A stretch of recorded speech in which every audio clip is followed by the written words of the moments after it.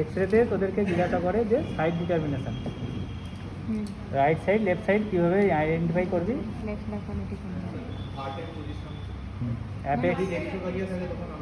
না তোকে আগে পয়েন্টগুলো বল, তারপর হচ্ছে সেগুলো কেন হচ্ছে না তখন পরে বলবি, জিজ্ঞাসা কর। তো একটা হচ্ছে অ্যাপেক্স হার্টের ফান্ডাল গ্যাস শ্যাডো, ঠিক আছে।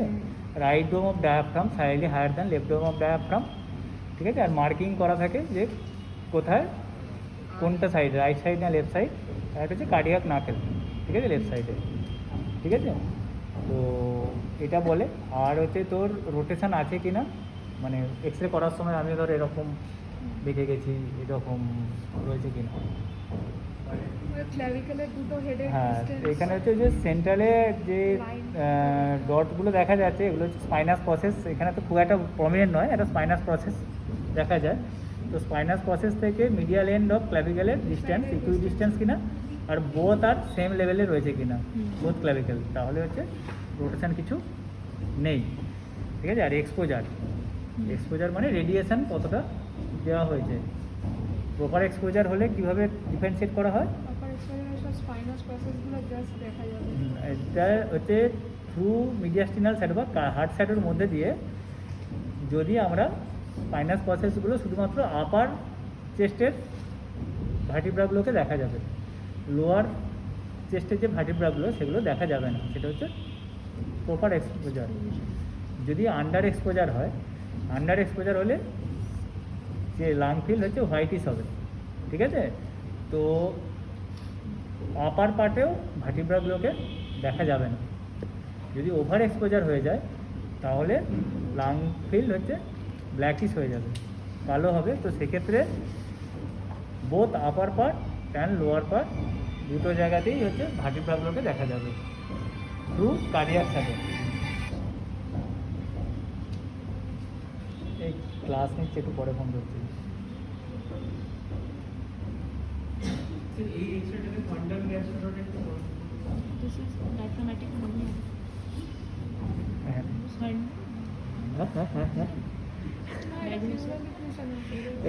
তুই দেখ, এটা অ্যাঙ্গেল দেখতে পাচ্ছিস তো। এটা এই এক্সরেটা খুব বেশি তোলায়, মোর দ্যান 50% স্টুডেন্টকে এই এক্সরেটা দেয় প্রতি বছরই, ঠিক আছে। তো এটাতে তোকে জিজ্ঞাসা করে যে এটা কি ডায়াগনোসিস কি, ম্যাসিভ প্লুরাল এফিউশন রাইট সাইডে। কেন ম্যাসিভ প্লুরাল এফিউশন বলা হচ্ছে, যে almost all the right hemithorax is radiopaque. কেন ইফিউশন বলা হচ্ছে, কস্টোফ্রেনিক অ্যাঙ্গেল অবলিটারেটেড। আর ম্যাসিভ আরও কেন বলা হচ্ছে, মিডিয়াস্টিনাল শিফট হয়েছে। মিডিয়াস্টিনাম শিফট কী কী দেখা হয়,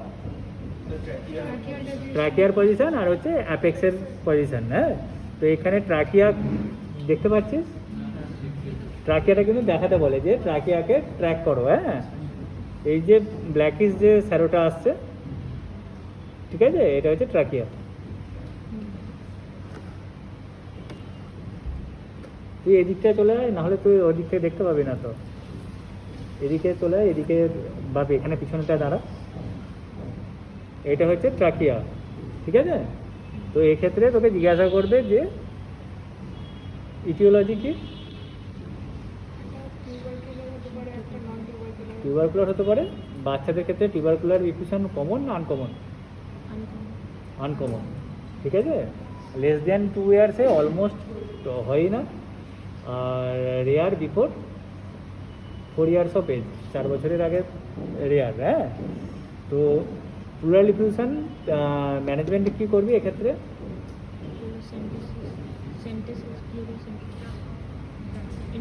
হ্যাঁ, কারণ এখানে ম্যাসিভ হয়েছে, তো এখানেতে রেসপিরেটরি ডিস্টেন্স থাকবে, তোকে থেরাপিউটিক ড্রেন করতে হবে। তো থেরাপিউটিক যদি ড্রেন করা হয় তাহলে ইন্টারকস্টাল ড্রেন দেওয়া হবে, ঠিক আছে। তো ড্রেন কোথায় দেওয়া হবে? সেকেন্ড ইন্টারকস্টাল স্পেসে দেওয়া হবে। নিউমোথ্রাক্সে কোথায় দেওয়া হয়, আর এক্ষেত্রে কোথায় দেওয়া হবে? Pleural effusion, pneumothorax, second intercostal space, আর mid-clavicular সাইড line.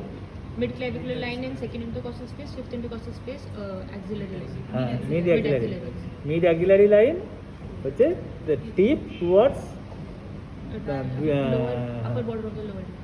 তো টিপ টুয়ার্ডস হচ্ছে ডাউনওয়ার্ডস টিপ ডাউনওয়ার্ডস যাতে এখানেতে যে ফ্লুইড কালেকশন রয়েছে সেগুলো বেরিয়ে আসে আর হচ্ছে নিউমোথোরাক্সের ক্ষেত্রে টিপ টুয়ার্ডস অ্যাপেক্স এক্ষেত্রে বেসের দিকে ওদিকে অ্যাপেক্সের দিকে কারণ এয়ার সবসময় ওপরেতে যদি নিউমোথোরাক্সের ক্ষেত্রে এয়ার আসে যে সেটা হচ্ছে উপরের দিকে থাকবে লাংসের অ্যাপেক্সে হ্যাঁ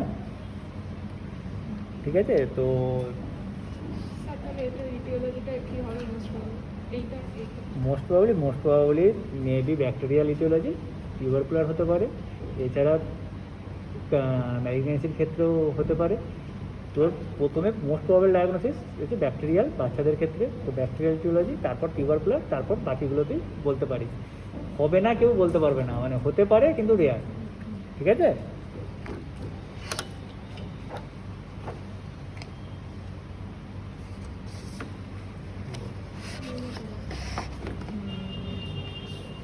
এটা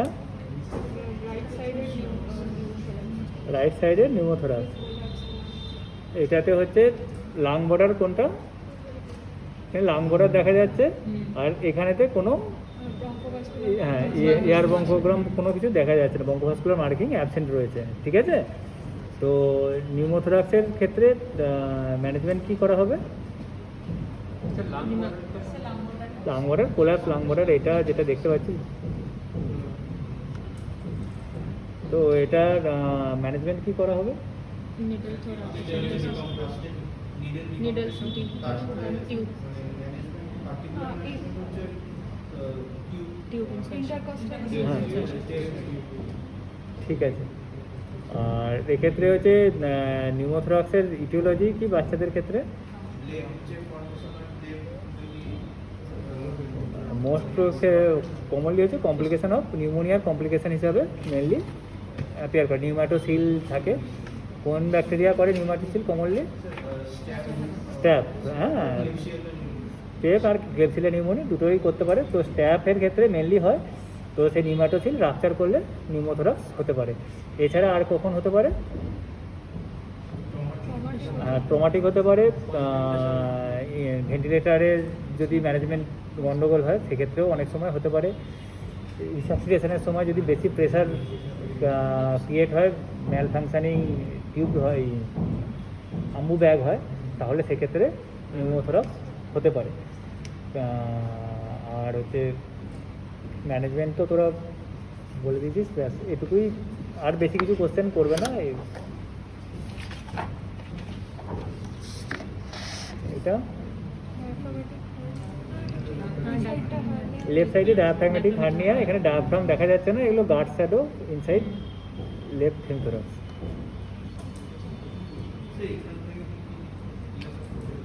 খুব একটা জিজ্ঞাসা করে না খুব ভালো বললে তোকে ডায়াগনোসিসটুকু শুধু জিজ্ঞাসা করবে কী নিয়ে প্রেজেন্ট করবে রেসপিরেটরি ডিস্ট্রেস সিন্স বার্থ নিয়ে প্রেজেন্ট করবে কেন রেসপিরেটরি ডিস্ট্রেস হবে যেহেতু লেফট লাংসের মধ্যে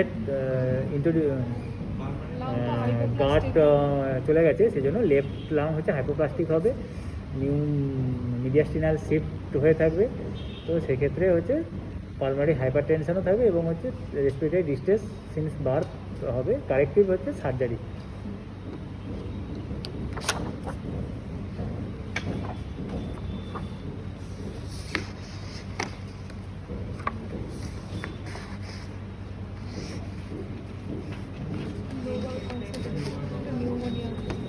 লেফট সাইডে নিউমোনিয়া এটা কেন নিউমোনিয়া ইফিউশন কেন নয় রাইট সাইডে কস্টোপেনিক অ্যাঙ্গেল ভিজিবল রয়েছে ঠিক আছে এবারে তো ওই নিউমোনিয়ার পজিটিভ অর্গানিজম কি ম্যানেজমেন্ট কী করবে কমপ্লিকেশান কী হয় সেগুলো জিজ্ঞাসা করবে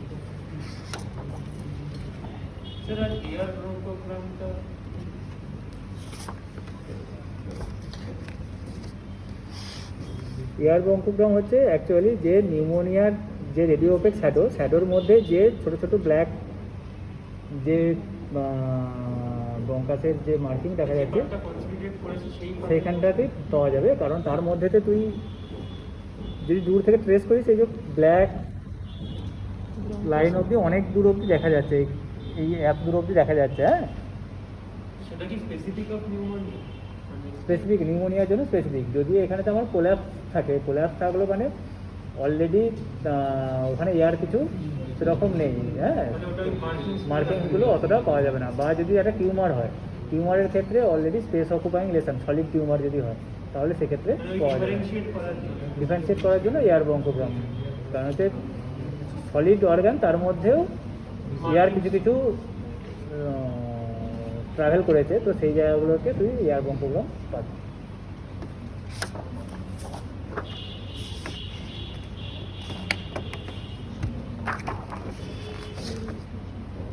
এটা Pleural effusion. এটা হচ্ছে রাইট সাইডের প্লুরাল এফিউশন। এক্ষেত্রেও ট্রাকিয়া যদি ট্র্যাকিং করতে পারে এখান থেকে, ঠিক আছে।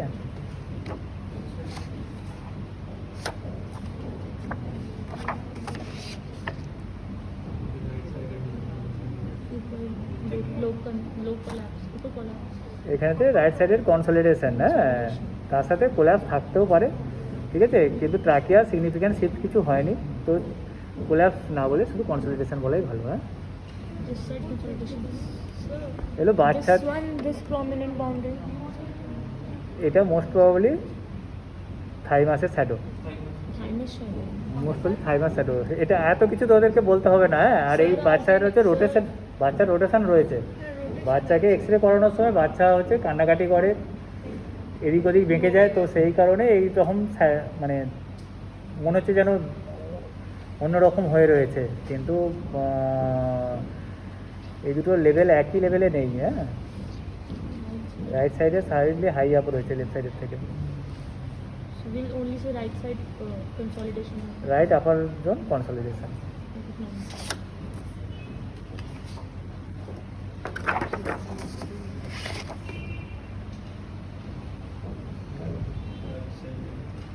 এটা হচ্ছে থাইমাসের শ্যাডো রাইট সাইডে। হ্যাঁ, সেল সাইন। হ্যাঁ,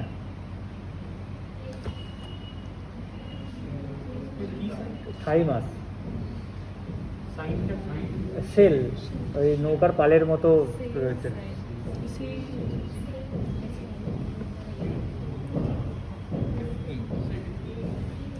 থাইমাস শ্যাডো রাইট সাইডে।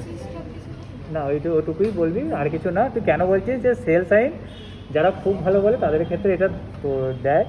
আর হচ্ছে আর কি দেখতে পাওয়া যায়, আর হচ্ছে এই ল্যাটারাল যে বর্ডার রয়েছে, ল্যাটারাল বর্ডারটা ওয়েভি হয়, এটা অত ভালোভাবে বোঝা যাচ্ছে না।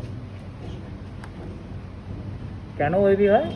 থাইমাস রিবের সাথে অ্যাটাচ হয়ে থাকে। এই যে রিব যে থাইমাসের মধ্যে দিয়ে অ্যান্টেরিয়ার মিডিয়াস্টিনাল অর্গান, অ্যান্টেরিয়ার মিডিয়াস্টিনামে থাকে, রিবের সাথে থাকে, তো রিবের যে জায়গাগুলোতে এন্ট্রি হয়, তো এক্স রেতে সেগুলো একটু ওয়েভি আসে বর্ডারটা।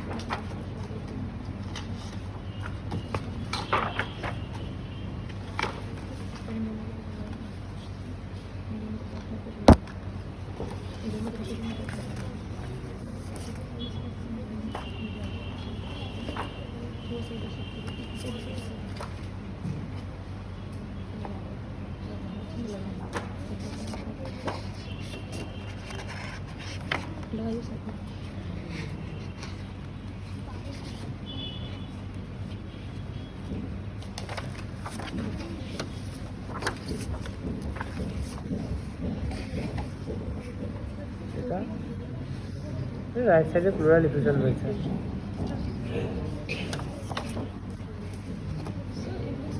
So many bowel shaders are visible. Is it abnormality?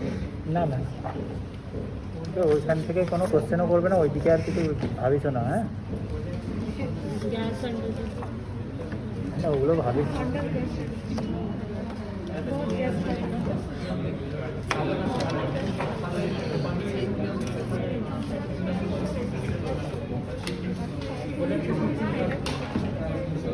না, এটা এক্সামের সময় দেওয়া থাকবে না।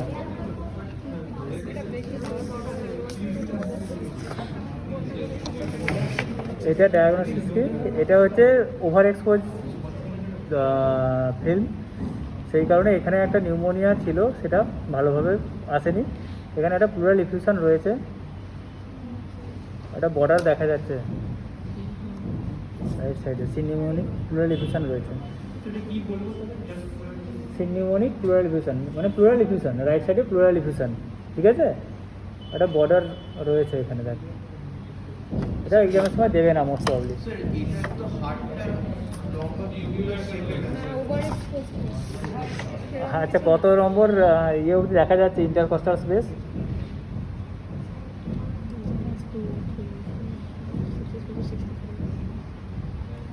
ইন্টারকস্টাল স্পেস কোন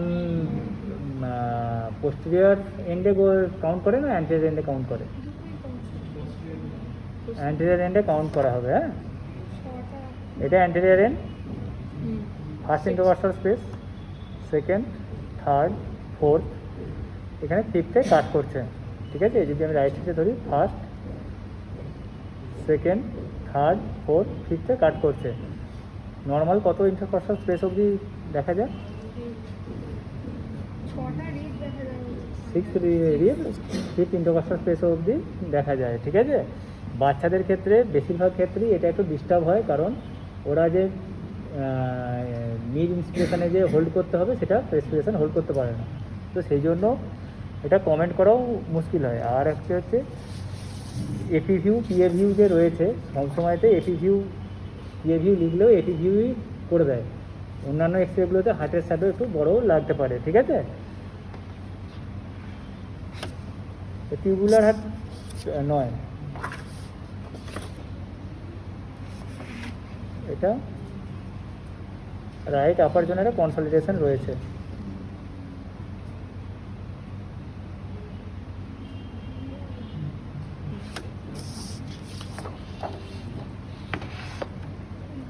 এটা রাইট সাইডের প্লুরাল ইফিউশন।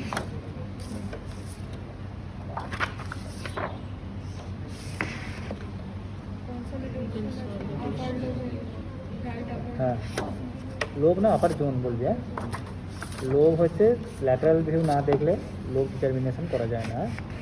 জোন আপার জোন করলে তারপরে আবার কোনো না না, এমনি এক্সট্রা জেনারেলি করা হয় না, বা at the right upper part এরকম বলে। জোনটা ল্যাটারাল ভিউতে পায় না। হ্যাঁ, ল্যাটারাল ভিউ না দেখলে তুই লোভ ডিটারমিনেশন করতে পারবি না যে কোন লোভ তিনভাবে মানে ইনভলভ হয়েছে পার্টিকুলারলি।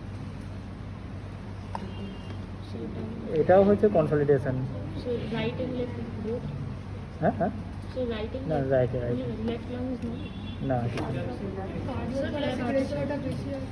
এগুলো সব এপি ভিউ হওয়ার জন্য এমনিতে কার্ডিয়াক শ্যাডো কমেন্ট করতে পারবি না। Only right lung was it now. এটা এটা হচ্ছে কার্ডিওমেগালির এক্সরে। তো এটা সম্ভবত পরীক্ষার সময় দেওয়া হয় না, মানে গত 2 বছর দেওয়া হচ্ছে না কোভিডের পর থেকে, ঠিক আছে? তো মোস্ট প্রবাবলি দেওয়া হয়তো হবে না, কারণ কার্ডিয়াক এক্সরে দেওয়া হয়নি গত বছর, বলাই ছিল। তো এটার কীভাবে মেজার করে? Cardiothoracic ratio, cardiac. তো হার্টের শ্যাডোটা কীভাবে মেজার করবি?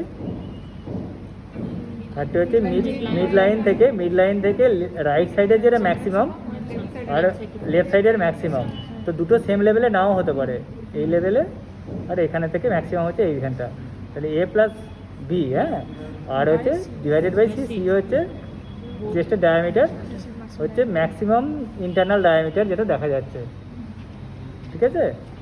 তো সেটার ডিস্টেন্স যদি ডিভাইড করতে হবে 60%-এর বেশি যদি হয়।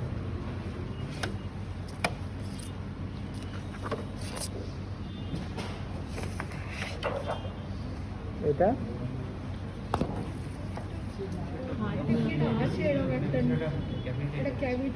হ্যাঁ, এটা হচ্ছে এদিকে একটা লাংসের ক্যাভিটি রয়েছে। হ্যাঁ, রাজ নিউম্যাটোসিল হতে পারে, ঠিক আছে। এখানেতে কনসলিডেশন আছে, তার সাথে একটা নিউম্যাটোসিল রয়েছে। Consolidation plus pneumatocyl.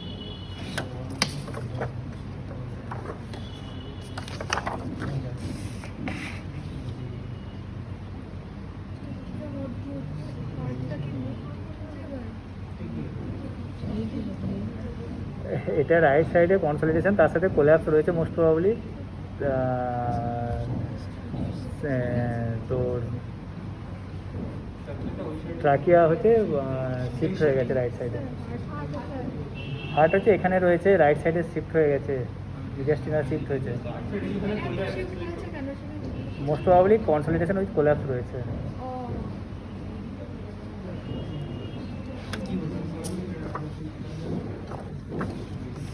पेशेंट के नाम देख के साथ में करके जाते हैं समझ नहीं आता এই এক্সরে দেওয়া মানে রিকেটস, হ্যাঁ। তো রিকেটসে কী কী রেডিওলজিক্যাল ফিচার্স কী কী পাওয়া যাচ্ছে? प्लेइंग फ्रेम कपिंग কাপিং কি হচ্ছে মেটাফেজিয়াল এন্ডে যে কনভেক্স সিটি থাকে সেটা লস হয়ে কনকেভিটি হলে সেটা হচ্ছে কাপিং। স্প্লেইং হচ্ছে ওয়াইডেনিং যেটা হয়েছে সেটা হচ্ছে প্লেইং। আর ফ্রেইং হচ্ছে स्प्रेड ऑफ द এই মেটাফেজিয়াল এন্ডে যে ক্যালসিফিকেশন হয়েছে, এগুলো যে ব্রেক মতো মনে হচ্ছে সেগুলো হচ্ছে ইরেগুলারিটি, এগুলোকে বলছে ফ্রেইং, ঠিক আছে। এছাড়া এতে হচ্ছে আর কী কী ক্লিনিক্যাল ফিচার্স পাওয়া যায়, ম্যানেজমেন্ট কী করা হয় রিকেটসে, कैल्शियम কী ম্যানেজমেন্ট করা হয়। Calcium and vitamin D supplements হ্যাঁ, যদি ভিটামিন ডি ডেফিসিয়েন্ট রিকেট হয় তাহলে সেক্ষেত্রে কী করা হয়, স্টস রেজিমেন্ট। তো স্টস রেজিমেন্টে কত দেওয়া হয়? 6 লাখ ইন্টারন্যাশনাল ইউনিট। আইএমও দেওয়া যেতে পারে বা ওরালও দেওয়া যেতে পারে, ঠিক আছে। আর কি রেসপন্স কী করে বুঝবে? कैल्शियम वाइटलाइन জোন অফ ক্যালসিফিকেশান অ্যাপিয়ার করবে, হ্যাঁ, ডিস্টাল টু মেটাফেজিয়াল এন্ড, হ্যাঁ। তো সেটা যদি অ্যাপিয়ার করে তাহলে রেসপন্ডিং। যদি না পাওয়া যায় আফটার কতদিন পরে করবো? After 4 weeks. যদি না পাওয়া যায় তাহলে কি করব? তাহলে আর একটা ডোজ রিপিট করব, তারপর আর একবার দেবো 4 উইকস পরে। তারপর যদি না হয় তাহলে ভিটামিন ডি ডিপেন্ডেন্ট বা ভিটামিন ডি রেজিস্ট্যান্ট রিকেট যেগুলো রয়েছে সেগুলোর জন্য আমরা ইনভেস্টিগেট করব। তো মোস্ট কমন রিকেটসের কজ জিজ্ঞাসা করলে विटामिन डी একটা হচ্ছে নিউট্রিশনাল রিকেট, নিউট্রিশনাল ডেফিসিয়েন্সির জন্য। এছাড়া হচ্ছে ভিটামিন ডি ডিপেন্ডেন্ট যে রিকেটগুলো, এছাড়া রেনাল রিকেট রয়েছে, ঠিক আছে।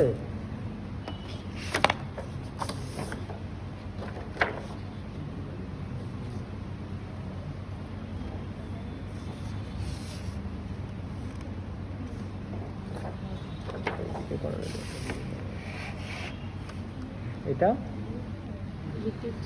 এটাও রিকেটস না, হিলিং রিকেটসের কোনো এক্সরে নেই, ঠিক আছে। এটা না, এটা হচ্ছে স্কারভি। দুটো এক্সরে রয়েছে, হাত পায়ে যার এক্সরে দেবে আইদার রিকেটস অথবা স্কারভি। যদি ওই ইয়ে না পাওয়া যায় তাহলে স্কারভি, হ্যাঁ। এটা স্কারভি। এটা কি? এটা সাবকর্টিক্যাল হিমোরেজ হয়েছে, ঠিক আছে। আর কি কি পয়েন্ট দেখতে পাওয়া যায়? আর হচ্ছে পেন্সিল থিন কটেক্স পাওয়া যায়।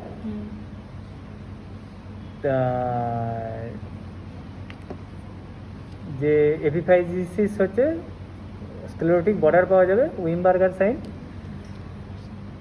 মেটাফাইজিসের এন্ডে হচ্ছে ব্রেকেন থাকে, ট্রামার ফেল জোন।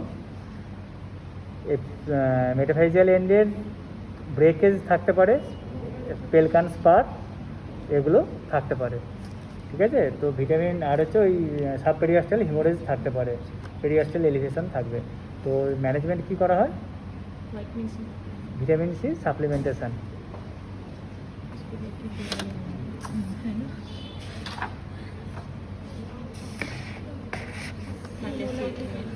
স্কালের এক্সরে দেওয়া থাকলে অনেক haemolytic anaemia, hair on end appearance দেখতে পাওয়া যাচ্ছে।